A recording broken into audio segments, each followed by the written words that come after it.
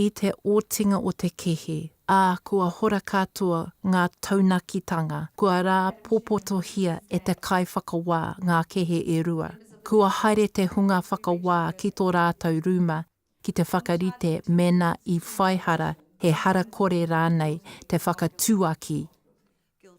Māu tonu e whakarite ki te haere ki te kōti, ki te whakarongo ki te whakataunga. Ki te kore koe e tai atu, mā tētahi koe e whakamōhio ki te otinga o te whakataunga rā.